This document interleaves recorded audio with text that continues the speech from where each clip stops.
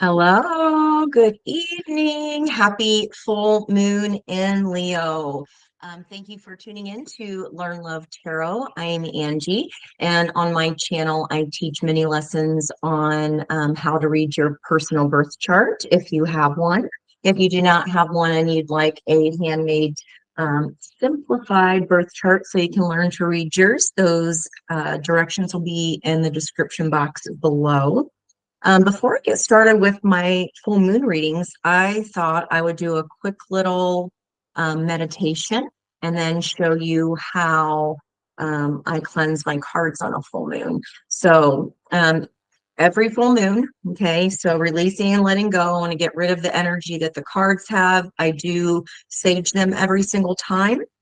But what I like to do is go through and stack all the suits together, okay?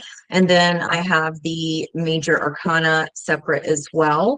And then I'm going to shuffle together the masculine energy with the feminine, and again, the masculine energy with the feminine. And then I'll combine that with the major arcana cards. Okay, so if I'll do the sage cleansing first, just since it's burning pretty nice here. Now that I say that, of course. I just ordered my new Mama Wonder Bar Sage today. That is definitely my favorite. Okay, big breath, everybody.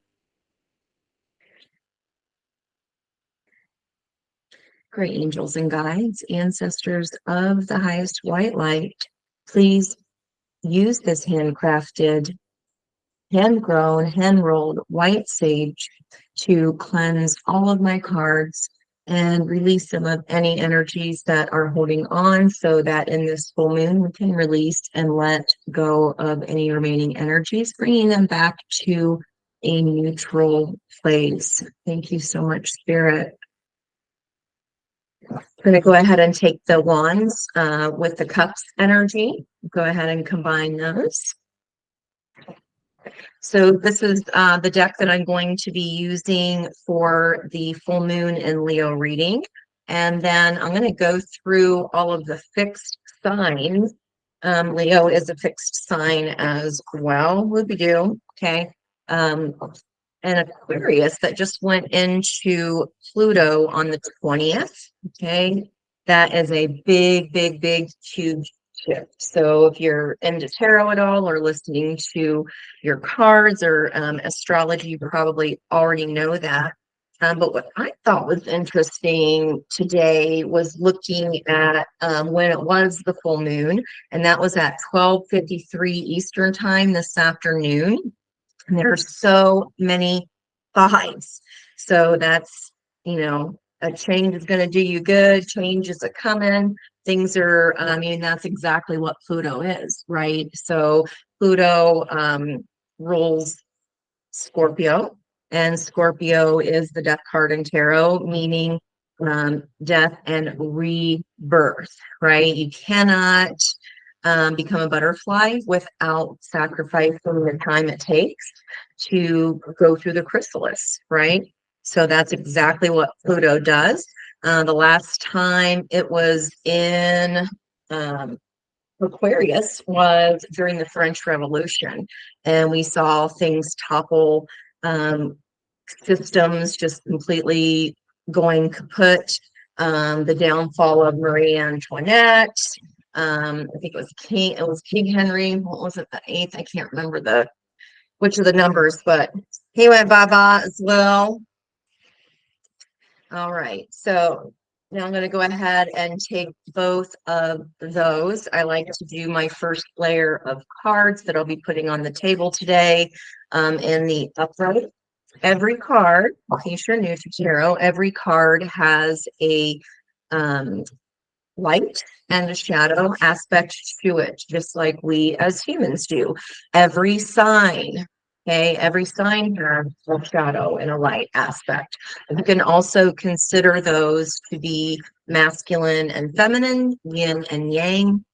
You might have heard people use the term divine masculine, divine feminine. We align those within ourselves along the Hero's journey, starting as the Fool at the number 0 card when you take that leap of faith. If you think about it in a circular pattern, you start at 0. By the time you get down to the 10, you're at the Wheel of Fortune, and then up to 21, which is the World, which is the successful completion of that lesson, right? So each planet has a lesson to teach us. The flavor with which we approach that lesson is dependent upon where those planets are in our chart. Okay. Really important to look at your ascendant. That is your stake in the sand this lifetime. Some of y'all could be celebrating. I just peeked the 3 of Cups there. If you're watching me just do the shift. It's like a little bit of a stopping and starting energy so far. Now, if you are going to stick around for the fixed sign readings, that's going to be for Aquarius, Leo, Scorpio, and Taurus. Okay, so those happen to be sister signs, Aquarius and Leo. They are at exact opposite sides. You can think of it as like across the hallway kind of energy. Whatever one side of the axis is great at, the other one lacks, and vice versa. Whatever that side has, the other lacks. So Aquarians and Leos have a lot to help each other with, okay? Just like Taurus and Scorpio, they're the other axis. All right, a couple more shuffles here. See, at the end, it's like something's going, confusion.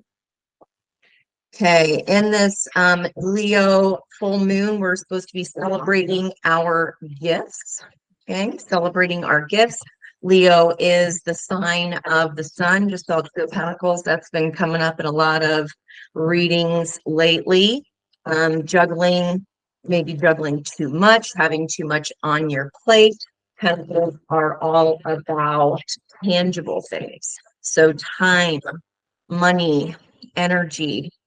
Okay, you can also look at that as assets, talents, resources. Okay, so if you might be having to decide between 2 very tangible offers. Okay, so riffle shuffling. Did I say shuffling? Shuffling. I'm just curious to see what's going to kind of come out here as a flyer. Yeah, I had them upside down. So Ace of Swords, 9 of Pentacles, Hierophant, and an 8 of Swords. So there's some kind of truth that we're not wanting to look at. 8 of Swords. 2 of Swords is like willful blindness, not wanting to make a decision between 2 truths. The 8 of Swords, this is like a self-imprisonment because obviously, her feet aren't glued to the ground. She can walk away anytime. But this may be something that is emotional, right? That we just don't want to kind of look at the truth about. And we do see a mountain in the background there. So this is these mountains I must climb, right? Want to know what love is, maybe? And we do have the Hierophant. So that is the card of commitment.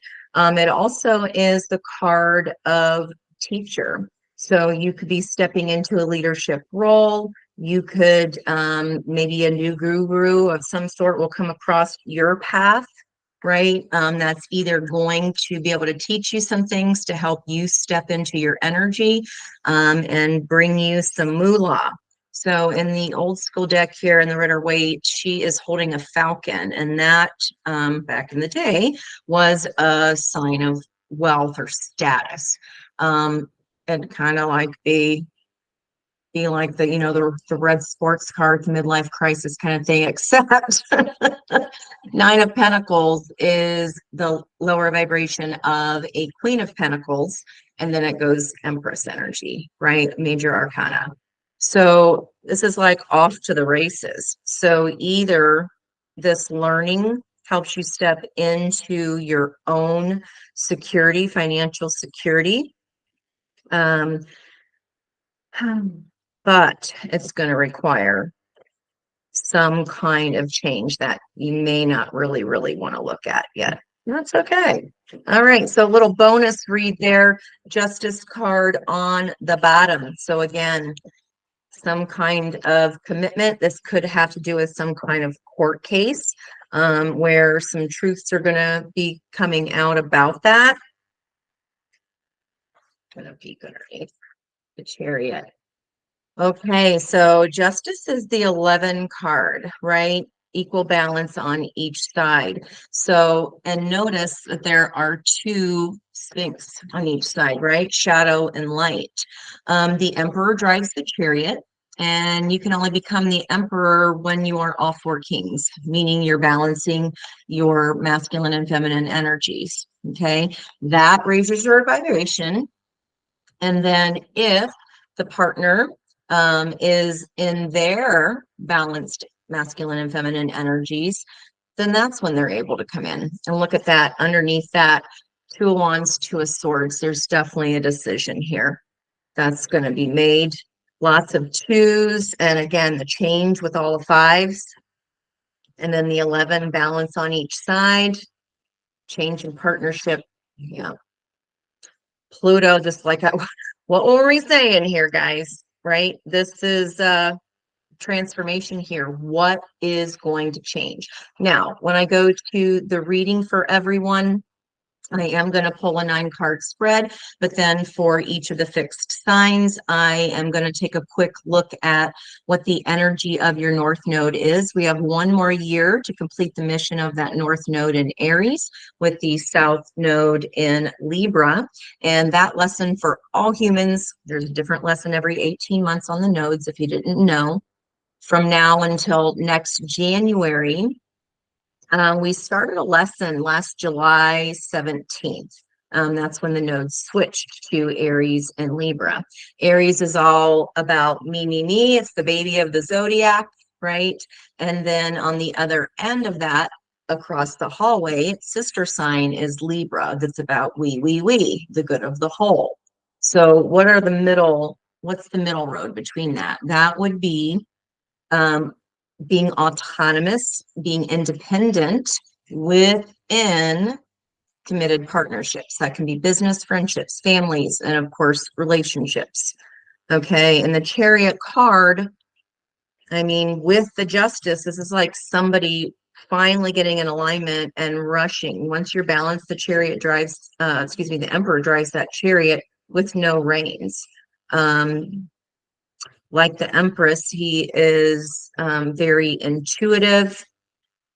He goes with his instincts.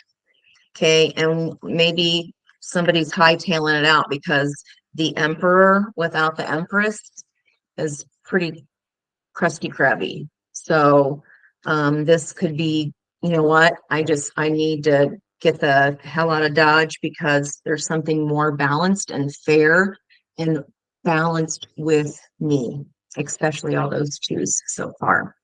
Okay, guys, so let's see what comes out in the reading. So I hope you liked your little mini lesson there, and your how I clean cards.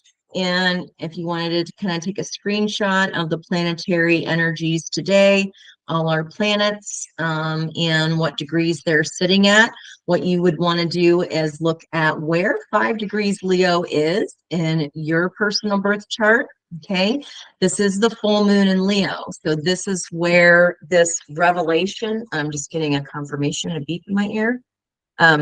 The revelation of what is being revealed, what is kind of coming up to its peak, right? Full moons are all about peaks of energy. So for the next 2 weeks after today, we go back down the roller coaster to the new moon, divine masculine energy, emperor energy. And then you build, right? You're taking action as you come up to the full moon. The next full moon, new moon is going to be in Aquarius. So that's on February 9th. Okay, so whatever's starting today, you're at the top of the coaster. What kind of ride you get depends on the last 2 weeks, right? That's how I think it's most easily explained. To get some more clues, you can also look, if you journal, look at the last new moon in Leo. That was at 23 degrees on August 16th of 23. And you can just look at, did you set any goals or intentions with the new moon? Those could be now coming to fruition if they were like a 6-month goal. Full moons are all about release and letting go, like I mentioned. If you've never tried the Ho'oponopono, Hawaiian prayer, that's what I will always do on a full moon, as well as charge my crystals. You can also set your decks in the window. I put my crystals outside in a Ziploc because I want them to soak up all that light of the moon. Okay, let's see. I'm excited. This looks a little juicy. Let's see where we go for that. I'll see you in a minute.